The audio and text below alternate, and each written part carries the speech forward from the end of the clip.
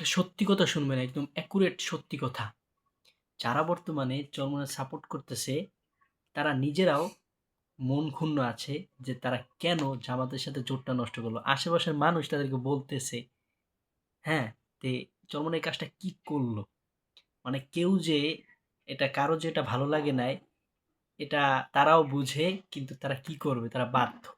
তাদের জন্য এই কথাটা বলছি। কোনো দরকার নাই চরমোনাই ছাড়ো, জামাতে যোগ দাও।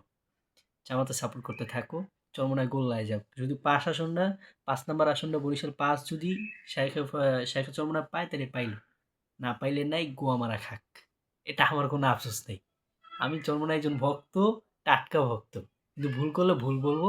আর যদি সঠিক করে অবশ্যই সঠিক করবো। শরিয়ত আইন অবশ্যই কায়েম করতে হবে। যদি বাংলাদেশের ভিতরে শরিয়তকামী কেউ থাকে, আমি তাদের সিরিয়ালে অবশ্যই থাকবো। আমি যে পরিমাণ কষ্ট শরিয়ত জন্য আমি করি, ঠিক আছে? আমি জানি না অন্য কেউ করে কিনা। আমি কোনো দলের হয়ে করি না। কিন্তু আমি নিজস্বভাবে করি। আমি লেখালেখি করি, আমি গবেষণা করি।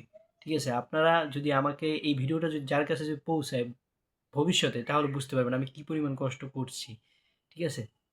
মানে ওটা তো আর বলার মতো না। এটা বলি, যদি শরীয়তকামী কেউ থাকে তাহলে আমি তাদের কাতারে থাকবো। কিন্তু মাথা বুদ্ধি নিয়া, মাথা দিয়া খাটাইয়া বলতে হবে। মাথা দিয়া ঠেললে হবে না।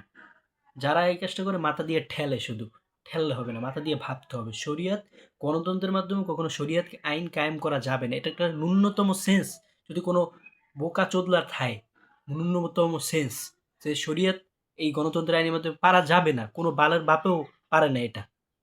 মুখের ভাষাটা খারাপ করলাম মানে বাধ্য হইয়া। মানে এই ন্যূনতম সেন্সটা বোকাচোদাগুলোর নাই। নাই মনে হয়।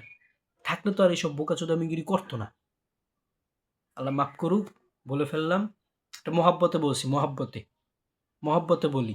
মহব্বতে গালি দেওয়া জায়েজ কি যায় ওদিকে যাইতেছি না। মহব্বতে বলি শুধু। ভালো হয়ে যান। সময় আরো আছে, ভালো হয়ে যান, সময় আছে, জোট করেন। জোট না করেন তাহলে হোগা মারা সারা হবে। এটাই মনে